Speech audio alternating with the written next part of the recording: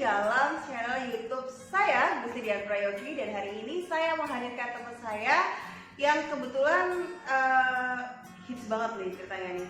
Dia ini alumni dari salah satu universitas di Jepang, dan hari ini saya sebenarnya ngundang dia nih buat sharing-sharing terkait bagaimana pengalaman dia ketika dia melakukan aktivitas kuliah di Jepang. Jadi kalian simak terus dan saya harap apa yang saya buat ini semoga bermanfaat deh buat kalian. Oke guys, langsung saja saya memberikan kesempatan kepada rekan saya ini, namanya Yesi. Silakan Yesi.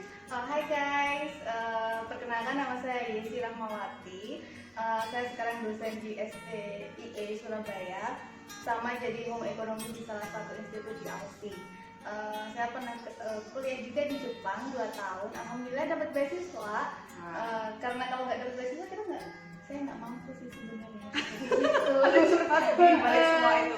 Nggak apa-apa. Tapi ya sih bisa memberikan motivasi gitu kan kepada teman-teman saya itu kan yang lagi melihat channel YouTube saya, bahwa Yesi dengan keterbatasan apapun gitu kan tidak menghalangi Yesi untuk meraih cita-cita gitu dan sekolah sampai ke Jepang. Good ya sih, semoga kalian semua bisa menemukan keluarga yang baik-baik di sana. Ya sih, tolong dong ceritain kamu dulu gimana bisa ke Jepang. Oh gitu, jadi dulu kan sempat jadi staf ahli kan di Menko gitu. 2 tahun aku di sana Mbak, terus habis itu dapat tawaran untuk S2 ini di UK, Australia sama di Jepang gitu. Berat banget ya. Semuanya udah tercover kan, terus setelah browsing saya memutuskan yang di Jepang gitu. Kenapa kamu memutuskan yang di Jepang? Kayaknya di UK itu lebih keren loh ya. Kan di Jepang nggak banyak kan orang berjilbab? Banyak? Nggak banyak. Nggak banyak ya. Terus kenapa kamu kok lebih pilih di Jepang? Kalau di Jepang tuh aku lebih suka budayanya sih, Budaya. lebih ke budaya, lebih ke makanan, dan banyak juga orang-orang Asia yang di sana, kayak orang Indonesia, Malaysia. Jadi inner circleku di sana tuh kayak orang-orang internasional yang memang mereka tuh orang-orang Asia, bukan yang orang-orang kayak Euro, Amerika gitu. Enggak, sama sistem akademisnya di sana tuh bagus banget. Jadi kalau di UK kamu sebagai kamu punya supervisor, jadi dia memposisikan dirinya sebagai supervisor. Nah kalau di Jepang itu bedanya, dia memposisikan dirinya sebagai temen, kayak supporter gitu. Jadi lebih ada ikatan ikatan apa ya? Jadi kamu kayak lebih dekat akhirnya kamu gitu termotivasi juga ya untuk bisa segera lulus, segera apa itu, karena lingkungan sekitar kamu itu mendukung untuk membantu.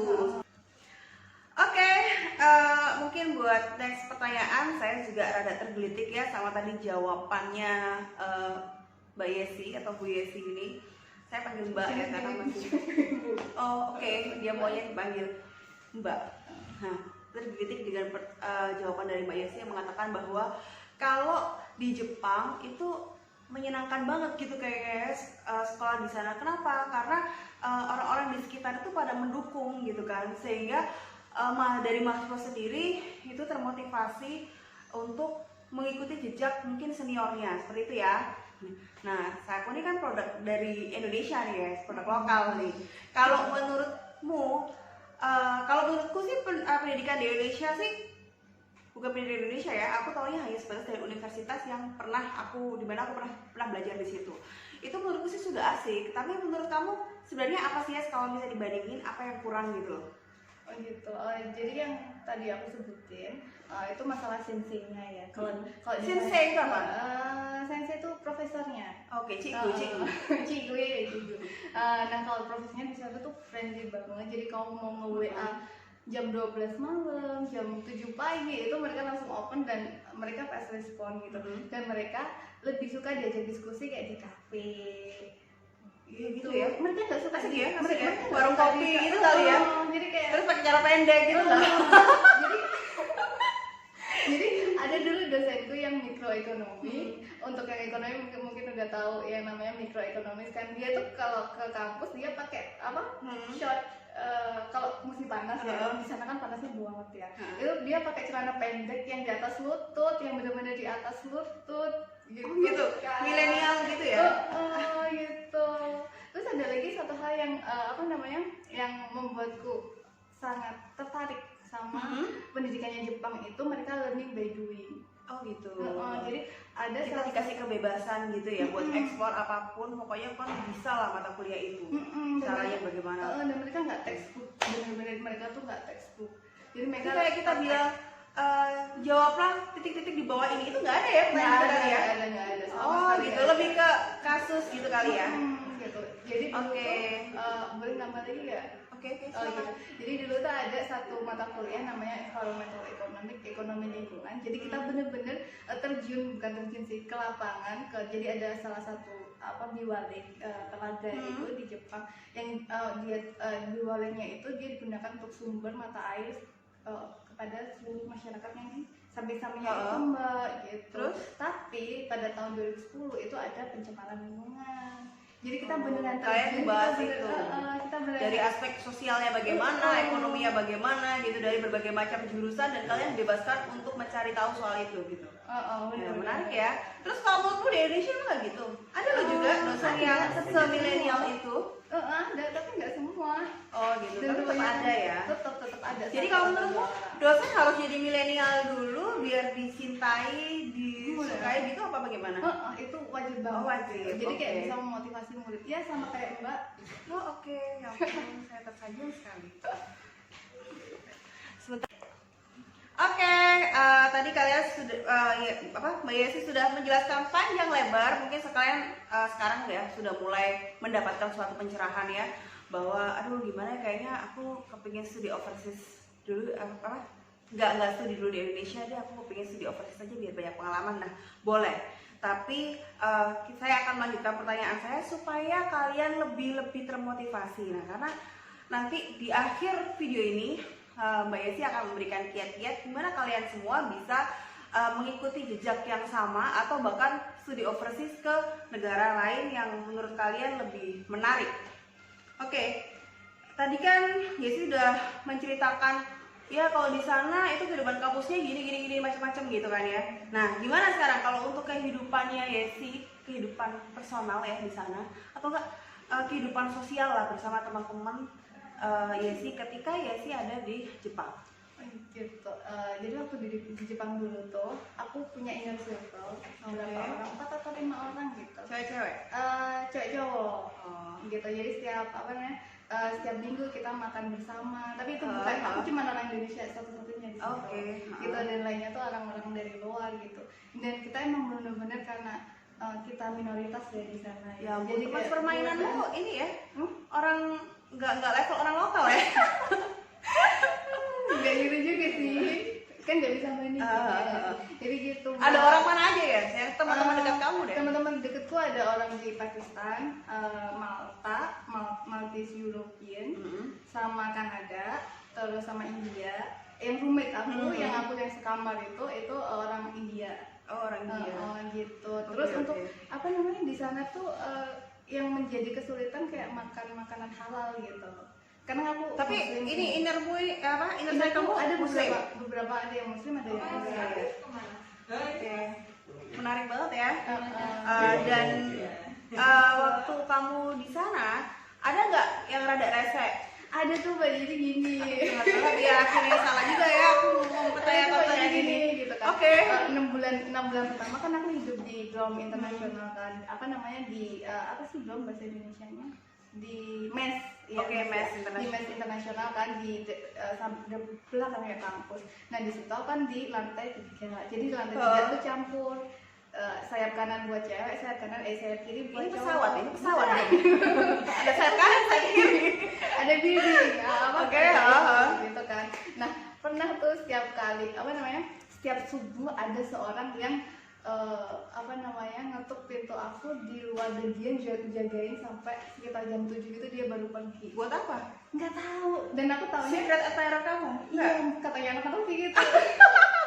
Dan itu aku tahunya itu dari temenku yang depanku, yang kamarnya di depanku gitu. Jadi dia bilang si itu dari tadi pagi selama berapa minggu itu di depan kamarmu ngapain sih dia gitu. Terus sejak saat itu aku mutusin pindah kan. Oh, Aku mutusin gitu. pindah cari apartemen sama yang temanku yang di depan itu gitu. Nah di hari yang sama si orangnya itu dia juga memutuskan untuk pindah. Oh, kamu berarti luar biasa juga pesonamu ya di sana ya. Aku belum pernah disukain sama orang internasional, luar biasa si Weti, sama si Yasi ini. Simba. Takut ya. Oh, ngapain? Tapi di antara inner circle-mu yang tadi yang banyak kan kalian beda budaya, beda bahasa. Kalian pakai bahasa apa sih? Bahasa Inggris. Bahasa Inggris. Oke. Kalian nggak pernah ada kerikil-kerikil kecil pernikahan pertemanan? Kita sering cekcok Heeh. masalah makan yang jelas. Karena kita berasal dari berbagai negara kan. Jadi kita tuh kayak rolling gitu. Jadi yang minggu ini kita keluar makan di restoran di Indonesia. Minggu yang depannya kita keluar makan di makanan yang Eastern, yang Southeast Asia. Masalahnya masalah receh gitu ya, yang bisa diselesaikan juga dengan cara yang receh. Tapi kita respect sih, maksudnya ya kita menghargai perbedaan antara negara dan budaya. Tapi sampai sekarang kalian masih sering Masih, kita setiap minggu tuh video call. Oh, dan mereka udah kembali ke negara masing-masing? Enggak, mereka masih kerja di sana. Jadi aku doang yang balik. Oh gitu. Tapi kamu nggak bisa kan balik di Indonesia? Enggak. Oh enggak ya. Kan ketemu bagus sih. Oh alhamdulillah. Ada yang lain guys. Jadi agak-agak silau mataku dengan beberapa orang yang lewat, laki-laki soalnya. Oh. Oke. Buat teman-teman yang di luar sana yang mungkin kepingin kuliah juga seperti Bu Yesi, Mbak Yesi ya, ke luar negeri, entah baik itu ke Jepang, ke Amerika atau kemanapun. Hari ini mungkin Bu Yesi ya Mbak Yesi mungkin punya kiat-kiat biar teman-teman yang di sana bisa ikuti jejakmu. Kira-kira apa? Sebenarnya yang pertama kali yang harus kalian siapkan itu bahasa Inggris. Itu yang nggak bisa diganggu gugat. Tapi kamu pakai bahasa Jepang juga kan? Di sana ada 2 kelas, ada kelas Jepang sama kelas bahasa Inggris. Tapi kebanyakan beasiswa tuh pasti di kelas bahasa Inggrisnya, gitu. Walaupun itu nggak cuma di negara Jepang aja ya, di UK, di semuanya itu sebenarnya bahasa Inggris yang paling penting. Usahakan IELTS 6 atau 6,5 lah. Apanya itu? IELTS. Gitu. 6,5 udah juga ya. Berarti kamu dulu berapa? Aku 8,5. Oh iya, kamu pinter ya? Enggak pintar, karena repetisi sih, karena pengulangan tiap hari kayak gitu. Terus sama yang kedua itu masalah essay. Jadi mereka pasti nanti nanya ketika kamu mau submit pendaftaran, jadi mereka akan nanya beberapa beberapa studi case yang kamu harus menjelaskan opinimu gitu. Itu buat berkarakter mungkin. Gitu. Jadi ada satu karakter yang itu tuh mencerminkan. Kalau kamu dulu apa? Contohkan, coba.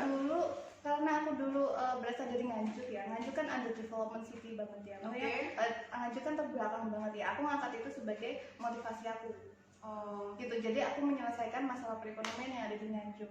Dan IC itu memang wajib ya buat orang-orang yang mau ambil beasiswa. Bukan karena beasiswanya kan, bukan karena kita mau studi di sana kita harus buat IC dulu enggak ya. Terus apa lagi? Terus apa lagi ya? Sepertinya sudah motivasi sama udah itu toh. Sama kamu ada wawancara nggak sih? Ada wawancara nggak sih? Tapi ada sih. Kasih dong tipsnya wawancara. Apa yang harus kita? Mungkin nanti panjang. Oke. Mungkin di next video Mbak Yesi dan saya akan membahas bagaimana tips and tricks wawancara ketika kalian ingin ngambil beasiswa, dan maksudnya tips and tricks supaya kalian itu lolos gitu ya ambil beasiswa. Terus habis gitu tadi kan kamu bilang tuh bahasa Inggrisnya harus bagus. Nah kalau misalnya bahasa Inggrisnya masih jelek gimana? Itu bisa diatasi dengan tapi kita kan nanti dipikir kita promo les-lesan gitu bahasa Inggris. Kalau kamu dulu gimana? Kalau kamu dulu aja. Aku dulu kan bahasa Inggrisku udah segitu ya, jadi aku nggak ada jadi aku nggak ada masalah. Oke. Maksudnya dia enggak ya itu, tapi mungkin bisa dibaikin, dipermak yang di masalah yang di IC tadi sama yang di wawancara gitu, karena biasanya di IC sama wawancara mereka punya bobot yang lebih tinggi daripada yang bahasa Inggris. Karena bahasa Inggris tuh kayak ya kamu register aja, masuk aja dulu. Tapi kan jadi syarat administratif kan? Itu kayak administratif gitu. Tapi kalau kamu punya karakter, kamu punya strong motivasi yang kuat gitu, mereka bisa melihat itu ketika mereka membaca IC-mu atau mereka melakukan interview gitu. Oh gitu, luar biasa. Menarik banget ya ngomong sama Mbak Yesi ini ya. Saya juga loh, aduh ya ampun, waktu saya muda dulu saya ngapain aja gitu ya. Saya kok nggak sampai apply gitu kan beasiswa ke luar negeri. Enggak sih waktu saya married, tapi ya sudah ya di jalannya. Oke, ya sih, terima kasih buat teman-teman di luar sana. Apakah sudah cukup termotivasi ataukah belum? Atau perlu, mungkin kalian kalau misalnya belum ya, kalian perlu menonton the next video. Ini saya akan buat part keduanya yang dimana kita akan membicarakan tentang bagaimana kiat wawancara agar kita bisa lulus beasiswa dan pertanyaan-pertanyaan yang lain lagi yang mungkin masih ingin kalian dengarkan penjelasannya. Makanya simak terus pembicaraan apa ya, interview saya atau enggak apa, diskusi saya dengan Mbak Yesi untuk video-video selanjutnya. Kita akan buat mungkin 2-3 video kali ya, karena menarik gitu. Baik, begitu saja dari saya. Wassalamualaikum warahmatullahi wabarakatuh.